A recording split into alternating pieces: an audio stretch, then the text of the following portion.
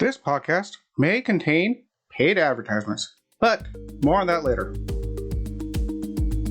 Welcome to the O'Connor Bootstrap Podcast, your go-to resource for unraveling the intricacies of business and leadership, honing in on the essence of bootstrapping a business from scratch. Whether you're a seasoned entrepreneur, a dedicated bootstrapper, or a leader navigating life's various challenges, this podcast is crafted just for you. I'm Isaiah O'Connor, your friendly neighborhood entrepreneur, and my mission is to guide you towards personal and professional growth. Let's embark on this journey together. Now, with new episodes dropping weekly, I want to welcome you to the Remastered series, your chance to catch up on the journey so far. Here's one from the archives I think you'll enjoy.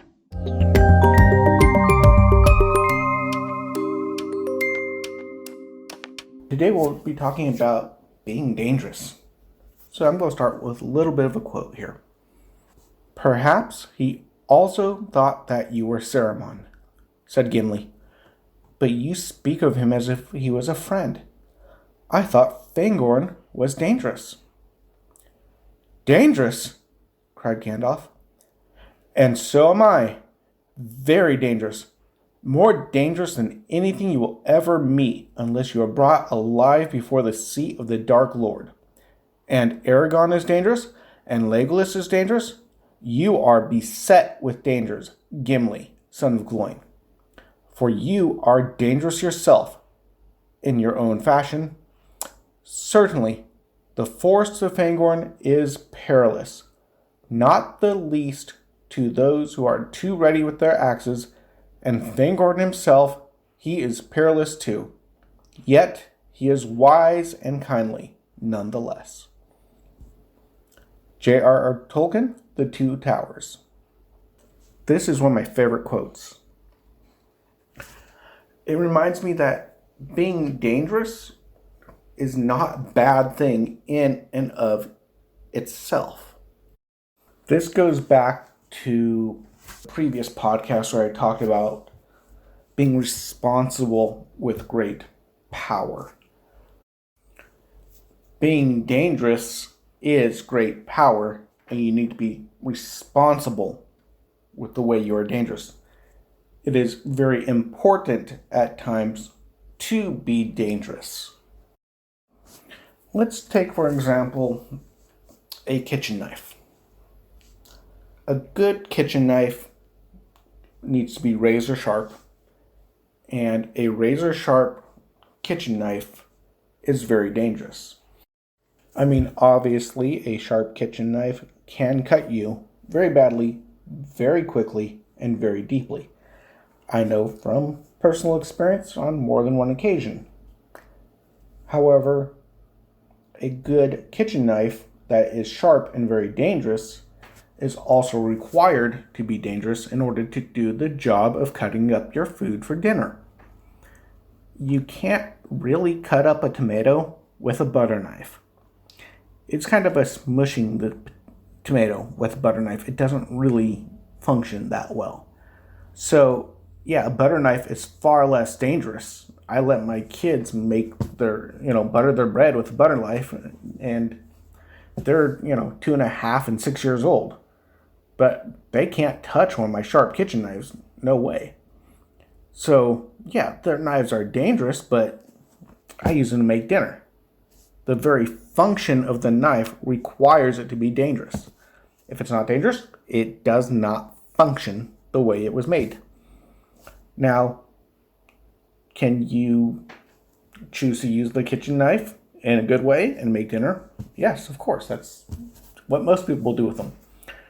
Or you can use it for evil. People have taken kitchen knives and killed other people with kitchen knives. They have used them to mug people, to steal things from people, threatening people with a kitchen knife. So can a kitchen knife be used in a wrong way? Yes.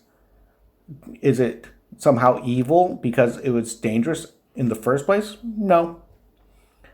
And yet there seems to be this sense in our society that if you are a dangerous person, in some way, shape, or form, you are somehow inherently evil or inherently bad. And I've seen a lot of businessmen be called bad simply because they do have wealth and power. And they are therefore dangerous. So therefore bad. Well, again, I'm pushing back a little bit with this because I believe as an entrepreneur, as a businessman, as a man in general, you need to be able to be dangerous for the right reasons, at the right time, in the right way, and be good and kindly and wise in the process. Now let's bring this back into the world of business. What are some of the things we need to be dangerous to? Well, we need to be dangerous to our competition, of course. If we're not dangerous to our competition, we will probably just go under if our competition can beat us. Now, you don't want to go out and be aggressive and kill the person or anything like that. I'm talking about doing so good at what you do that you get your competition a run for their money. And sometimes it's a good thing that they come back and they're dangerous to you because that makes both of you better and can help your entire industry. Then sometimes you will have an obstacle pop up in your path and you need to be able to aggressively take it out of your way. Now, this obstacle could be something like trying to figure out how to get permits, cut through government red tape, whatever. And it takes a certain amount of aggression to get through this because if you don't, then it's easy to give up and despair and go under. And then there's other things that might pop up that become threats, direct threats to our full business and livelihood. As an example, in my business, in the balloon world, there is a very real threat to the entire balloon decoration and entertainment industry coming from environmental concerns. There is a growing group of people who have made it their mission to try to completely ban all balloons off the face of the planet. They believe that balloons are the biggest dangers to the environment we face today.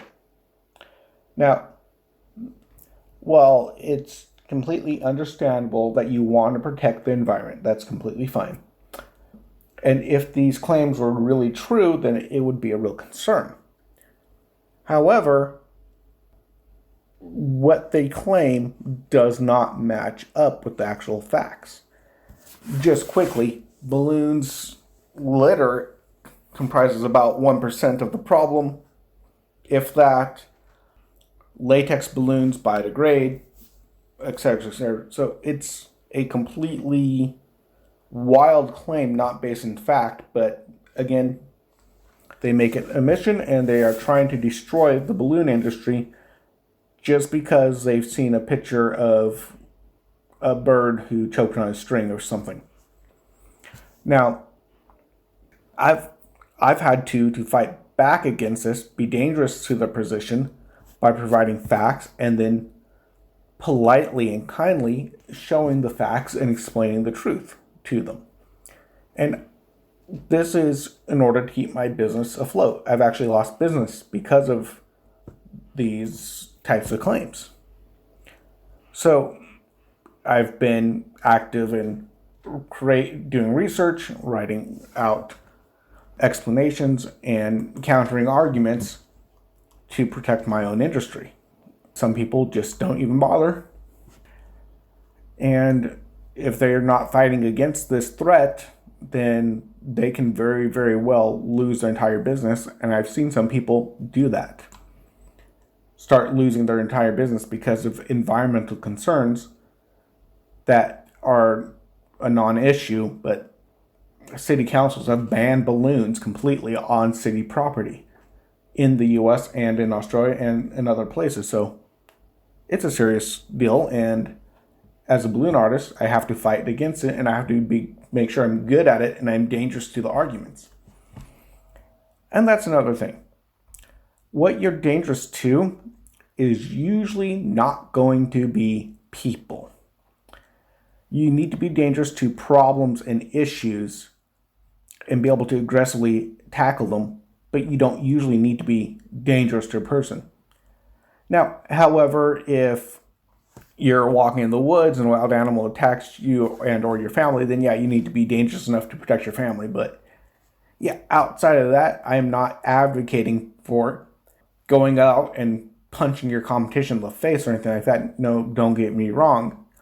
What I'm talking about is the idea of being strong in order to tackle hard problems because you have the strength to do it, and that in and of itself is dangerous.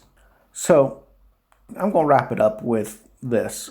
Being dangerous is a tool that can be used for good or for bad, but it's a tool we all need. And here's a quote. I'm going to wrap up with a quote from C.S. Lewis. "Safe?" said Mr. Beaver. "Who said anything about safe? Course he isn't safe, but he's good." C.S. Lewis, The Lion, the Witch, and the Wardrobe. And until next time, I'm your friendly neighborhood entrepreneur, Isaiah O'Connor. If today's episode added value to your day, we'd love to hear your thoughts. Drop a comment and consider giving us a stellar 5-star rating on your favorite podcast platform. Whether it's Apple Podcast, Spotify, Google Podcast, or more. And remember, if you leave a 5-star review on Apple Podcast, I will personally read it out in the next episode. To support the show, you can make a one-time gift by buying us a coffee at buymeacoffee.com/bootstrap, donate through PayPal at paypal.me/IOCPOD, or make a contribution on our Patreon page at patreon.com/IOCPOD. Your support keeps the episodes coming. For even more content and exclusive perks, join our Patreon community at patreon.com/IOCPod. Patrons enjoy ad-free episodes, access to our private Discord server, early content previews, and a lot more. And here's an exciting offer. Get your free trial of our $5 a month Bootstrapper Community Explorer tier. This exclusive tier grants you ad-free content, Discord server access, and early content previews. Join us and be part of the inner circle. If you're feeling more generous, those who join tiers $25 a month and up will have a chance to be a featured guest on this podcast. A massive thank you to Wintergatan for generously providing the incredible intro and outro music at no cost. We appreciate their support. Be sure to check out Wintergatan's amazing work on YouTube at youtube.com/@Wintergatan. Until next time, I'm your friendly neighborhood entrepreneur, Isaiah O'Connor, signing off. This is the O'Connor Bootstrap Podcast, brought to you by Athos Business Solutions. For our companion podcast, the Athos Business Podcast, hosted by Jason St. Clair, along with past episodes and related blogs, visit our website at athos.com. That's ATHEOZ.com or theoz.com.